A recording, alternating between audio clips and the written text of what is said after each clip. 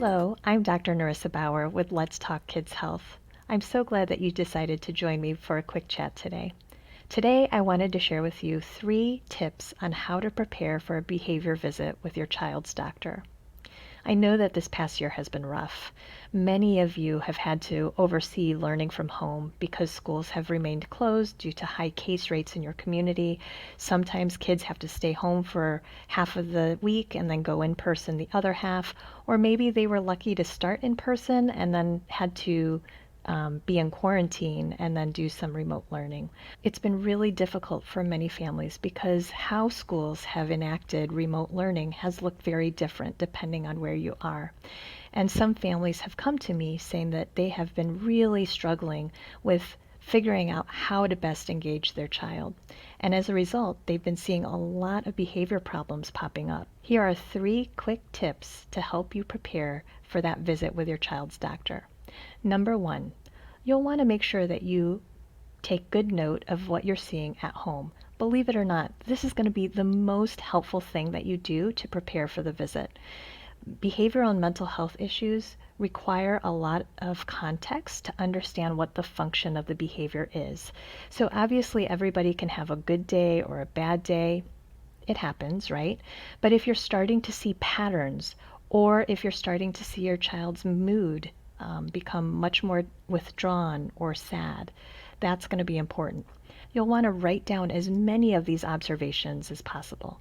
Now, sometimes it can be really overwhelming, and you're not sure, what the heck do I include? What do I keep out? Well, there is a great download that I'll make available to you in my show notes.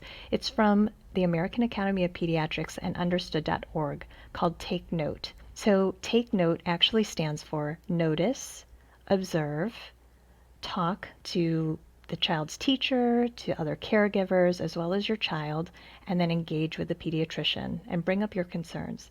So I'll include that download for you. It's a really nice matrix so that way you can organize your thoughts in advance and have as many instances documented about whether the behavior of concern only happens during certain times, how frequently it happens, who does it happen with, does it happen with multiple caregivers, and so those types of information and data is going to be really helpful for your child's pediatrician to understand the function of that behavior. So number 2, you'll also want to think about any previous testing that might be relevant in relation to the behavior. Sometimes kids who have developmental delays, such as needing some speech therapy or who work with occupational therapists for sensory concerns, they will have given you a report of their findings already. So if you have any of these past documents or reports when you've worked with specialists or gotten previous testing by a psychologist, these are all going to be helpful bits of information to include in your conversation with your child's doctor. So I often recommend that parents gather up these reports ahead of time and then put them in a binder and bring them to the doctor's visit. Number 3, obviously you'll want to talk to your child to prepare them for the discussion that's going to happen at the visit.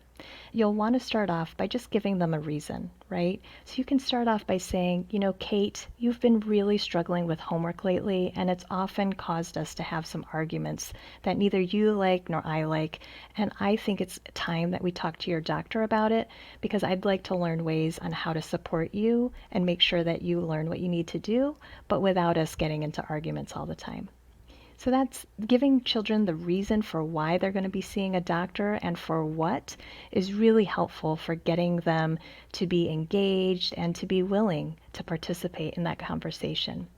You'll also want to give your child space to think about it because obviously some of our kids who are struggling, they probably know that, and they might feel embarrassed or worried or overwhelmed by the prospect of having to talk to their doctor about it.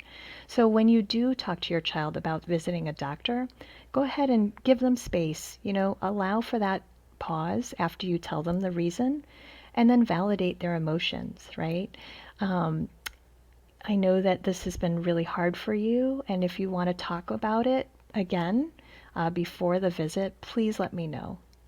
And then you'll want to nod and reflect. When they are able to give you their feelings and thoughts, reflect back to them using their own words, showing them that you understand and that you're listening to them. And then you can show compassion for how they're feeling, and then encourage them. Do you have any questions that you think might be important for us to talk to the doctor about? Why don't we write that down? Or maybe if you're not feeling like you want to talk, but you can tell me what your thoughts are, why don't I go ahead and write them down so that way I don't forget how important this is for you and what you want me to say if in case on the day of you don't feel brave enough to share it yourself.